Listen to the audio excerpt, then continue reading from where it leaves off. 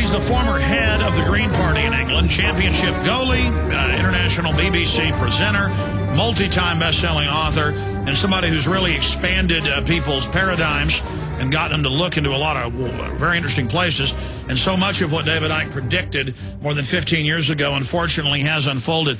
I agree with him that we're on the verge of a world transformation, an awakening. The system is panicking with divide and conquer. There's no doubt they blew the oil well. There's no doubt they're now admitting we're going into a depression, trying to start World War III. They know they're losing control. And let me tell you, this is the most important time in human history up to this point. He's with us for the next hour.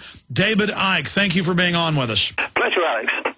Well, we were just talking during that 1-minute break, and you were saying that you do believe this is the quickening or the beginning of the acceleration of a real paradigm shift. There's a lot of issues I want to go over, but what's on David Icke's radar screen that you think is most important right now? Well, I think, what we're seeing on the surface, horrendous as it is a manifestation of something that's actually much, much deeper than this. There's no doubt whatsoever. I've seen it so blatantly over the last 20 years, gathering pace and gathering pace. There is an awakening going on. It's not the majority yet, but minds are opening. Now, as minds are opening, they're seeing what they couldn't see before. And what the cabal wants to do is keep those minds shut. And one of the most effective ways of doing this is why we've got to stay really strong and focused in this period we're going through now. And it's going to be a number of years of major challenges. The way that they are seeking to keep us from awakening, to keep our minds closed, is to keep us focused on fear, keep us focused on survival, keep us bewildered, keep us in a state of constant anxiety about what's happening and what about the future. What about the kids? What about the job? The way of life in the Gulf has gone. Oh, my goodness, a war in Iran now. What's going on? Oh, now there's an economic depression. Oh, my.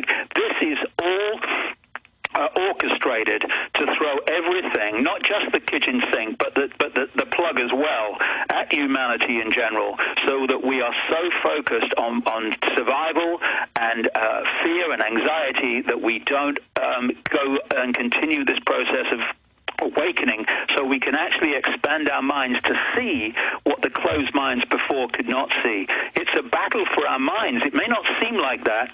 It may seem like it's just another manufactured catastrophe in the Gulf, another war in Iran, another economic collapse. But all these things are orchestrated to fire at our minds, and our minds are the target, because from our state of perception of self in the world comes our behavior and our actions.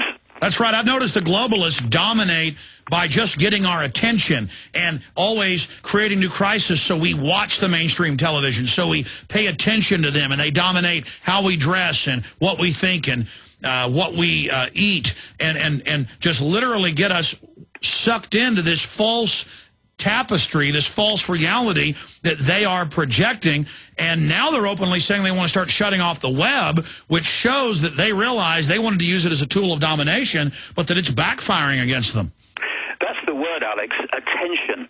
It's a battle for our attention, because the idea is to hold humanity in a state where we are filtering and seeing ourselves and the world only through the five senses. We are multi-dimensional consciousness awareness. We are far, far greater than what we appear to be when we look in the mirror and say, that's David Icke, or that's Alex Jones, or that's Ethel Smith. And what they want us to do is keep our attention on the five senses. And that's what we do when we are in fear, when we are in anxiety, when we're worrying about the future, when we have this sense of fear of not surviving. That pulls us into the five senses, and that's what they're trying to do. And then the system poses as the saviors and says, we'll keep you safe, just let us run your life. Stay there, David Icke. Back in 3 minutes. A lot of key info straight ahead. Well, we've got David Icke with us for the rest of the hour. If you just joined us, former head of the UK Green Party, champion goalie, a BBC presenter, best-selling author, and always interesting to get his perspective on things. I always find it thought-provoking and very apropos of what's happening in our world. We always find his perspective to be enlightening. David, instead of us getting into generalities or myself getting into long diatribes about my view of what's happening, today I really want to try to sit back. We'll see if I can do it, because you bring up so many points that make me want to chime in and just throw out questions and get your take on it. The globalists are overrunning the West with third world populations. Why are they doing this? Two things we need to know to get a perspective on the world is where this cabal wants to take the world, and then the methods they use to take us there. And where they want to take the world, of course, as we well know, is to a global fascist dictatorship with the end of countries, the end of borders, where basically you just have the world government dictating to massive regional blocks, and anything below that is just irrelevant. And one of the great barriers to that happening is the people's sense of their own culture, their own country, their own sovereign nation, if you like. And because people, if they have a real sense of country, and I'm not saying that I'm into all this, but a lot of people are, and this is the point from the cabal's point of view, they will resist giving that power away, say from the United States to the North American Union, in Britain to the European Union. And so the idea is to break down that sense of culture by basically breaking down the culture. And you do that by opening borders to other cultures. Now, I'm not saying one culture is better than another. I'm just trying to explain here what they're doing from their perspective. And that you let different cultures pour into the same area, and suddenly it becomes a cocktail. And there is no single culture anymore that people can identify with, and that is all the time loosening and weakening people's sense of need to resist the giving away of sovereignty to unions and to a world government, because they've lost the sense of culture that they had before. See, this is why what we're talking about here is happening all over the world, because, of course, it's a global agenda. In Europe, the European Union has brought down the borders all over Europe, and every time another country comes into the European Union, their borders come down, and the borders between them and every other country comes down.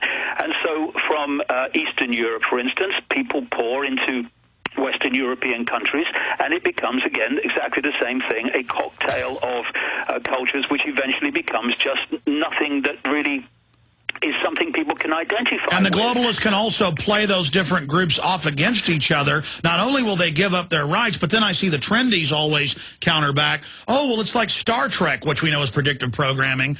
We'll all be unified in love. But this isn't some loving world government that we decided to lovingly join. This was covertly built. They now admit it was a covertly built, and it's authoritarian, dehumanizing, and its admitted end game is global depopulation. Yeah, exactly. And this is a very, very interesting point, a very important point about playing one off against the other. You know, the people that pour from the poorer countries into the richer countries through the borders coming down are just as much pawns in this game as those in the countries, the indigenous population that are affected by that.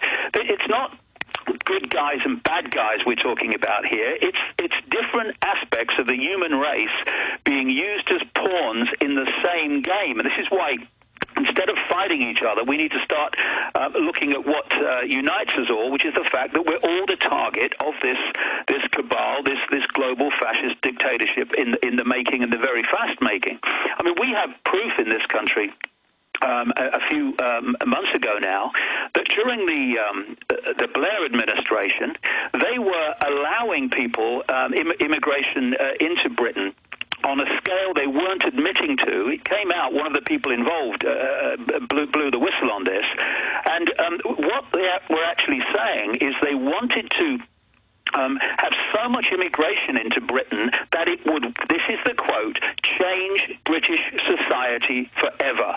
And in that one quote, we have the prime reason for bringing the borders down. This is what they've done in Europe. I mean, the government frontier now, the new government of Cameron, saying, oh, we must slow down immigration into Britain. But they don't say immigration.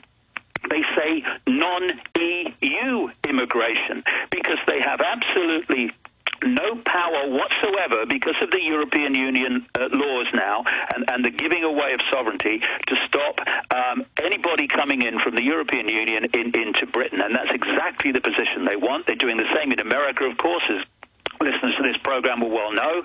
And so anyone that challenges this, in America, for instance, they're called racist, and they're targeted by the federal government, as we're seeing in some states of America have tried to make a stand on this.